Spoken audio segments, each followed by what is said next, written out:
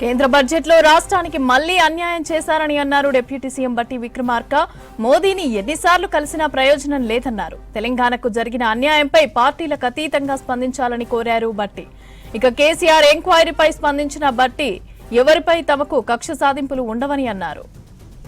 తెలిసింది ఈ రోజు కేంద్ర ప్రభుత్వ బడ్జెట్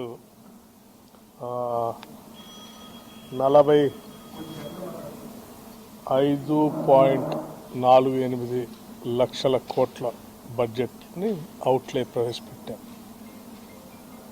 సో దాదాపు ఇది ఒక నియరింగ్ అబౌట్ 46 lakhs, 45,48,000 కోట్ల బడ్జెట్.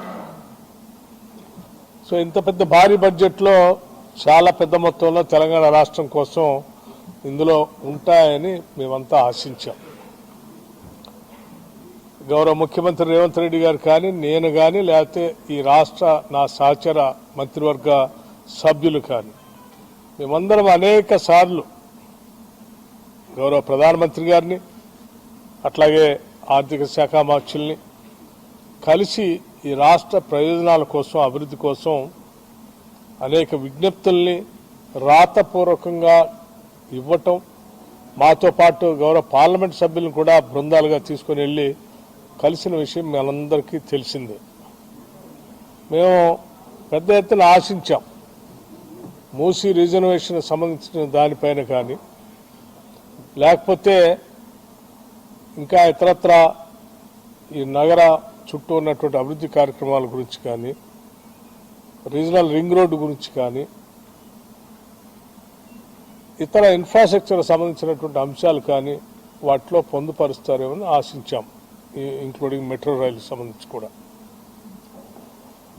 కానీ కొన్ని ప్రత్యేకమైనటువంటి ఇవేవి ఇవ్వకపోగా ఈ బడ్జెట్లో కొన్ని ప్రత్యేకమైనటువంటి అంశాలను కూడా వాళ్ళు ప్రకటించారు. చాలా సంతోషం.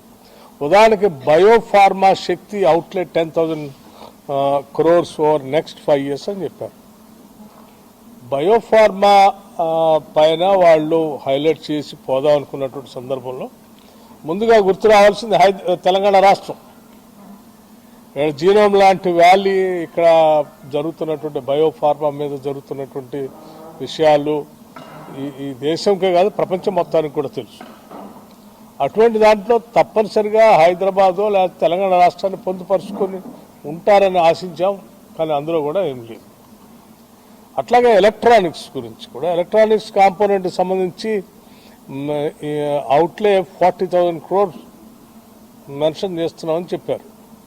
అంటే ఎలక్ట్రానిక్స్ అంటే మనందరికీ తెలిసిందే, ఇండియాలో హైదరాబాద్ పరిసర ప్రాంతాల్లో ఉన్నటువంటి ఎలక్ట్రానిక్స్ సంబంధించినటువంటి ఎకో సిస్టమ్ ఎంత పెద్ద ఎత్తున అభివృద్ధి చెందిందో, ఇంక్లూడింగ్ ఈవెన్ ఎప్పటి నుంచో అనాదిగా ఆనాటి గత కాంగ్రెస్ ప్రభుత్వాల టైంలోనే ఈసీఐ లాంటి దాన్ని హైదరాబాద్లో పెట్టి ఎలక్ట్రానిక్స్ని పెద్ద ఎత్తున ఈ ప్రాంతంలో ఒక ఎకో సిస్టమ్ తయారు కావడానికి పునాదులు ఇస్తుంది. ఈరోజు ఎలక్ట్రానిక్స్ అంటే హైదరాబాద్ అంటే ఎలక్ట్రానిక్స్ అనే పరిస్థితి ఉన్న దాంట్లో ఇవాళ కనీసం అది తెలంగాణ రాష్ట్రాన్ని అందులో పొందుపరుచుకోవటం చాలా బాధాకరం.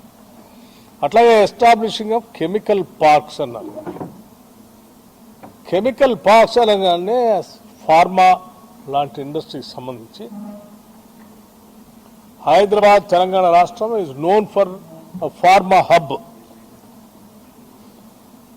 సో ఇటువంటి ఫార్మా హబ్ లాగా ప్రపంచ దేశాలకే పెద్ద ఎత్తున పరిచయం ఉన్నటువంటి హైదరాబాదు తెలంగాణ రాష్ట్రానికి సంబంధించి, లేకపోతే గతంలో కోవిడ్ వచ్చినప్పుడు ఈ దేశానికే కాదు ప్రపంచానికి కూడా ఇక్కడ నుంచే మనం ఏం చేసామో ఏం అందించామో మనందరికీ తెలుసు. సాక్షాత్తు ప్రధానమంత్రి గారు కూడా ప్రత్యేకమైన ఫ్లైట్ వేసుకొని ఇక్కడికి వచ్చి భారత్ బయోటెక్ చూసి సందర్శించి ఏర్పాటు చేసి వెళ్ళినటువంటి వాడు. మరి ఇంత ప్రఖ్యాతిగాంచిన హైదరాబాద్ నగరాన్ని కానీ తెలంగాణని కానీ ఇందులో పొందుపరుచుకోలేకపోవటం చాలా బాధ అనిపిస్తూ ఉంది.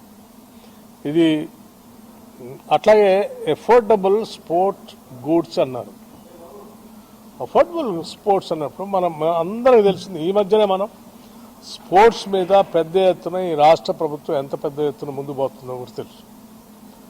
గ్లోబల్ సమ్మిట్లో ప్రత్యేకంగా మనం విజన్ డాక్యుమెంట్ని రిలీజ్ చేసినప్పుడు